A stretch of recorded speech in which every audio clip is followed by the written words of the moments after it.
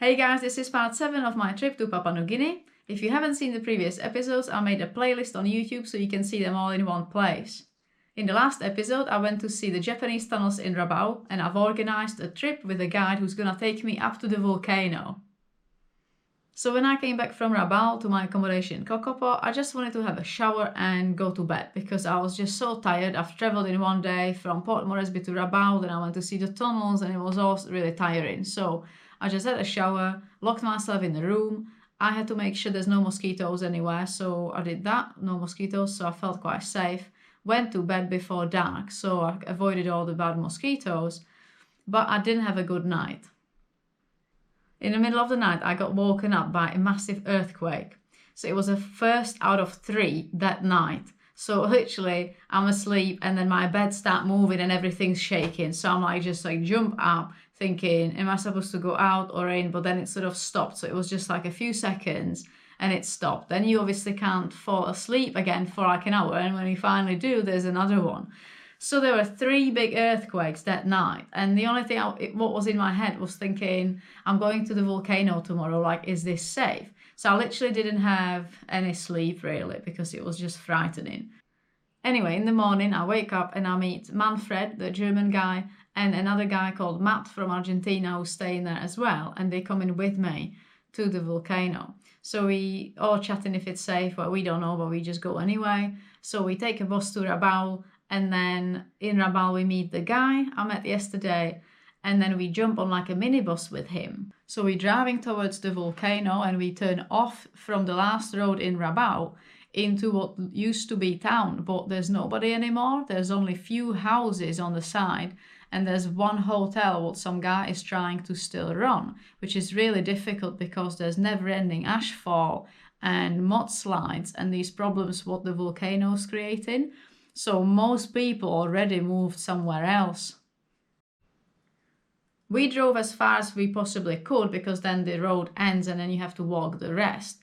This place is one of the most volcanic regions on Earth, and the place we're at the moment is called the danger zone because you're not really supposed to go in there. You're not supposed to live there because it's just too dangerous and the volcano is too unpredictable for anybody to live there.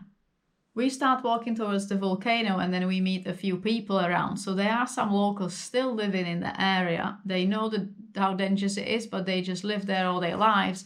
And most of these people actually experienced the explosion in 1994 and they are not afraid of it. They just live there their lives, and it's really difficult because the ash is always falling down and it makes their life so hard. But they still live there. They don't have anywhere else to go. So some of these locals, they actually make money by picking up these eggs. There's one bird what lives there and lays eggs in this volcanic soil and they're picking it up and make money off that. So that's one way of living there. So there is this interesting thing that in 94, both of the volcanoes erupted at the same time, this one and the one on the other side of the harbor, and it completely destroyed the whole town. This was because of the ashes obviously covered everything. There were landslides, there was a massive tsunami, and you would think there would be a lot of people dead. But actually, it was only 5 people who died in there, and 2 of them were actually struck by lightning created by the explosion.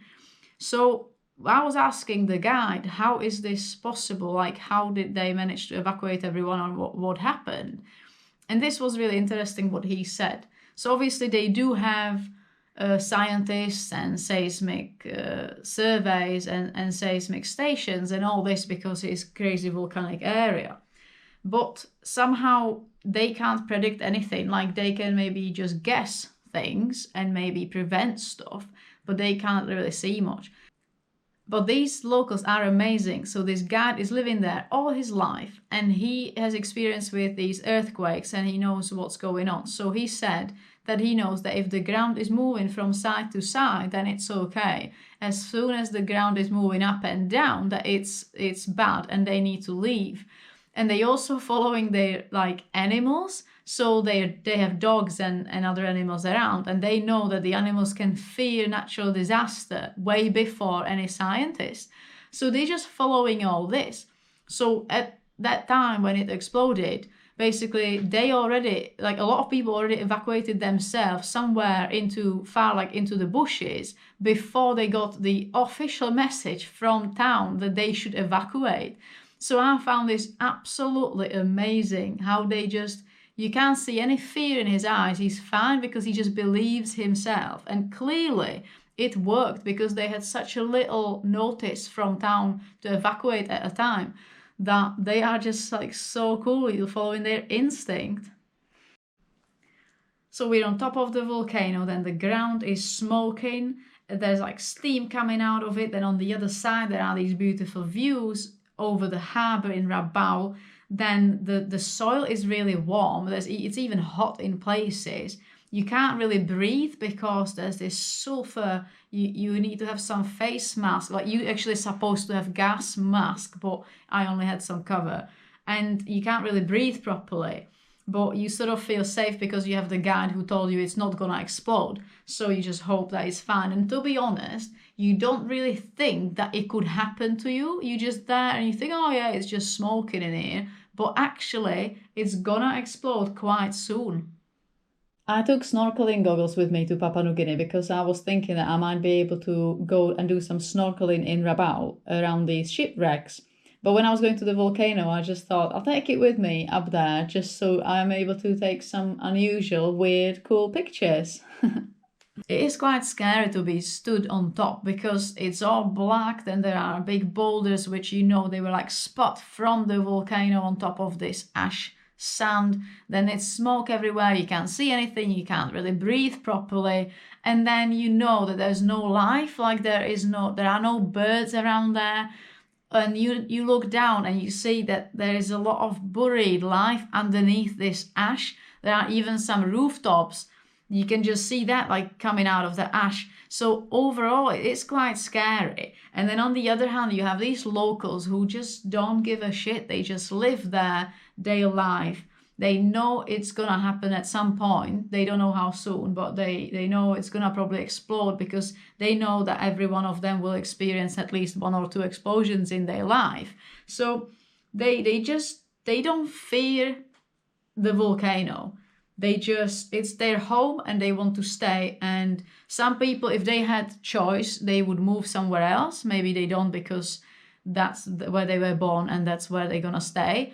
The people who had the choice, they probably already moved, but there is a small community of people still living underneath the volcano, and they know exactly what to do if it explodes, and they just sort of risking it. But as I said, I think they just following their instinct, and they know that they can escape if they need to. Like they just not scared of it.